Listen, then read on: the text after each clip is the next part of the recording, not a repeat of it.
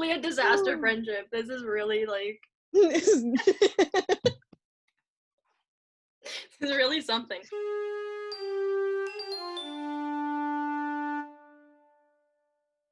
Hey guys, welcome back to Rebels Revisited. It's a super special episode today. I'm here with Analyzing Star Wars. Say hi, Mal.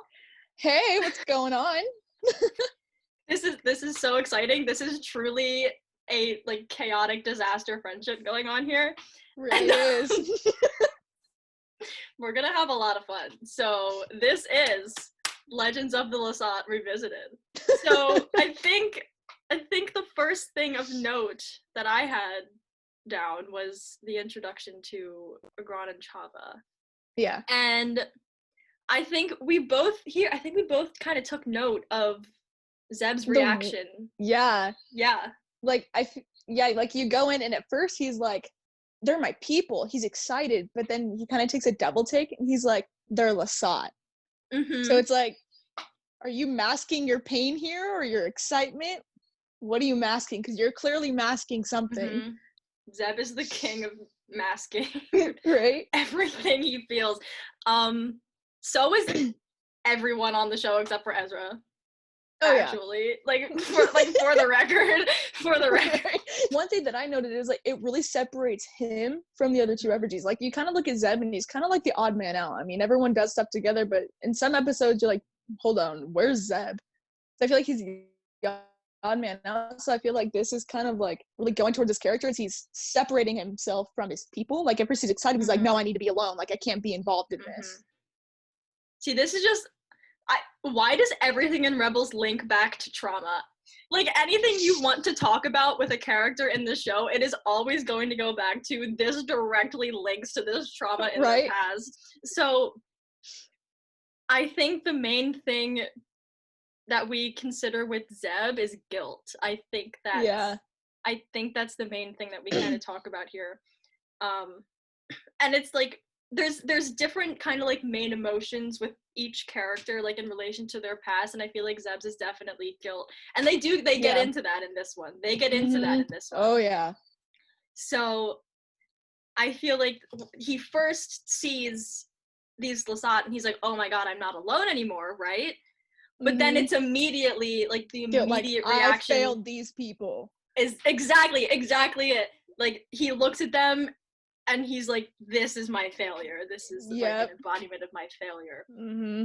Oh, and that hurts. It's like, yeah, it's like, oh my God. Poor Zeb, man. I love Zeb. He's so underrated. People throw around like underrated a lot, and people call Zeb underrated a lot.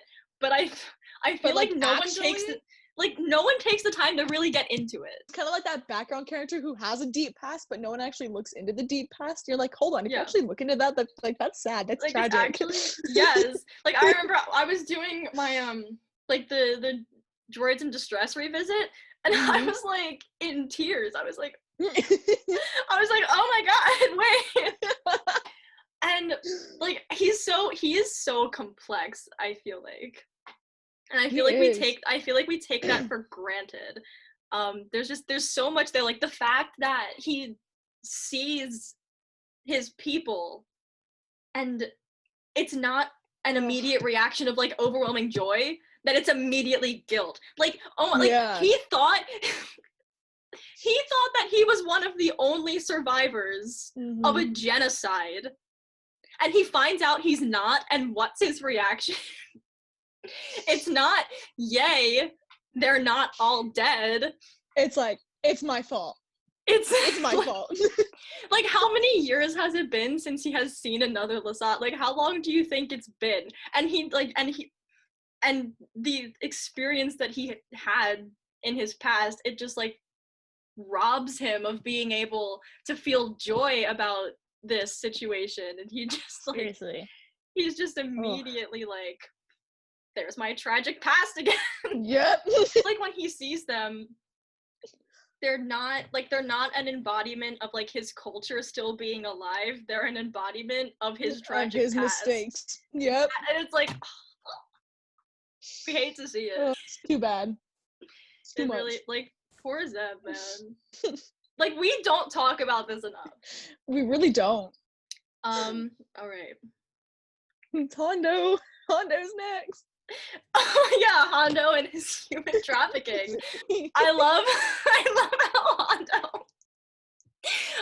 how Hondo really like strolled up into here. Like, yes, I participated in human trafficking, but it was all a part of the plan. Exactly. You come, I knew it was fine. Like, yeah, I totally did this, but it's fine because you're here now. It reminds me of Idiot's Array when Lando like sold Hera as a slave to As Morgan. Yes. Yeah. Anyone who was like slightly older watching that definitely watched that and knew exactly what As Morgan intended to do. And it reminds me of that. Like Lando was like, Hera, go be his slave. It's fine. It's all a part of the plan. And Hondo was out here like human trafficking, but I knew you guys would show up. Like, there are such dark elements to Rebels that you don't even notice until you bring them up. No one was supposed to think about this, but I thought about it anyway. And we thought about it too much. Like, I don't know if they think they're funny. Like, do they sit in their writer's room like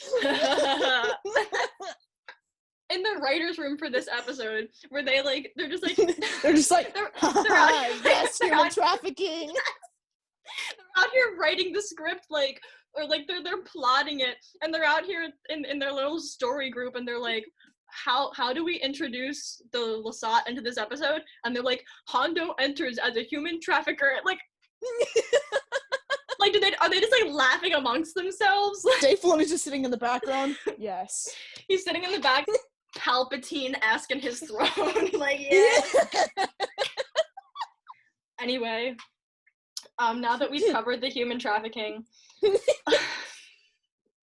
Oh, the next thing that I have written down is, this is the first canon mention of Ashla, correct? In this episode? That's so cool that this show canonized that. Right? Like, so interesting. That was very cool of them. It was very cool of them to do. Yeah.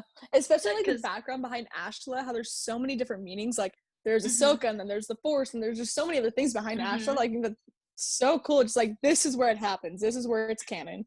And then I know they bring it back in season 3 with when the Bendu was talking about the Force. Yeah. As he does. They canonize both terms, actually. That's not right now. That's in season 3. But then Ashla's canon here. So that, I just thought that was cool of them. Yeah. Because I just like the concept. It's very... No, yeah, I do too. It's very mystical, and it's very mystical to have like names for the light side and the dark side. And I like the way that Rebels canonizes it too, because it canonizes it as like people outside of the Jedi Order of the Sith are the ones who use this. Just the Jedi, yeah. Because, you know, it's the Lasat using Ashla, or it's the Bendu using Ashla. You know, obviously the Bendu's like he's in the middle of the light side and the dark side, so he's not like affiliated with either one. I think that's so cool that they canonized it like that. Yeah. And I like that Rebels, like, they expand the Force and they expand Force lore so much, and they don't just do it. Right? And they don't just do it in relation to the Jedi. I love that concept of, like, the Force being greater than the people who can use it. Yeah, for sure. Is it time to start unpacking Zeb's baggage? I think so. I think we just need to get it over with. So Zeb, Mr. Aurelius here. This is a great episode for him. It really is. But, like, it's just sad. But it's, like, it's deep sad. Like, it's not on the surface sad. Exactly. It's, like... It's deep. Like, and, like, honestly, just kind of thinking about when Zeb was explaining, like, how he was a captain and everything, and how, like, nobody knew, but when he explains it to Ezra, of all people, Ezra, like, he's like... Dude, that scene, shut up! Laying in the rubble, just, like, until Kanan found me. I'm like, you picture that in your head. Zeb laying in the rubble, hurt, his people gone, his planet destroyed. I, like, can't even imagine what that rock bottom was like. Yeah, I can't either. Oh my god. That scene, oh my god, that scene, like, kills me. Like, we don't get to see Zeb being emotional that much. Yeah. So, like, to get to that scene and, like, Steve Blum's delivery. Seriously. Like, oh my god. Like, but I think it's interesting how he does it to Ezra, of all people. Right. Like, because, like, you would think he'd do it to, like, Kanan or Hera. No, he's telling this to Ezra. There's just something about Ezra that makes everyone kind of just take him on. Yes. For one, yes. But two, I feel like despite everything he's been through, he's always a very, like, fresh perspective to have in a situation. Yep. We saw that a lot in, like, the Kanan and Rex issue.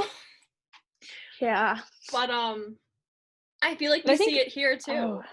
Because in this episode I really look at him as a Jedi. He is really being a wholesome Jedi right here. Really encouraging Zeb. He's taking his training. He's not being selfish right here. He's being entirely selfless. The embodiment of the Jedi, and putting that all towards Zeb.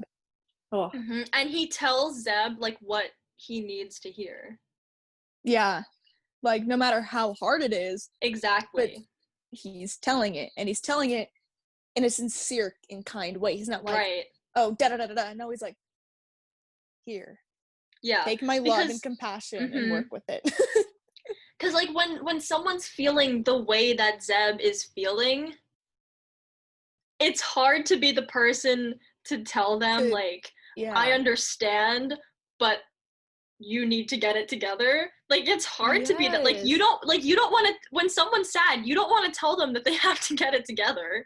You don't want to be that person. Like, you don't want to be the person to be like, stop being so dramatic about it. Like, it's fine. Right, because you wouldn't want someone to take it like that, you know, even if you don't feel like that. But, and Ezra, like, has to be that person in this situation because, like, because someone has to get Zeb to go and help them. Seriously, else he's gonna dig himself into a hole.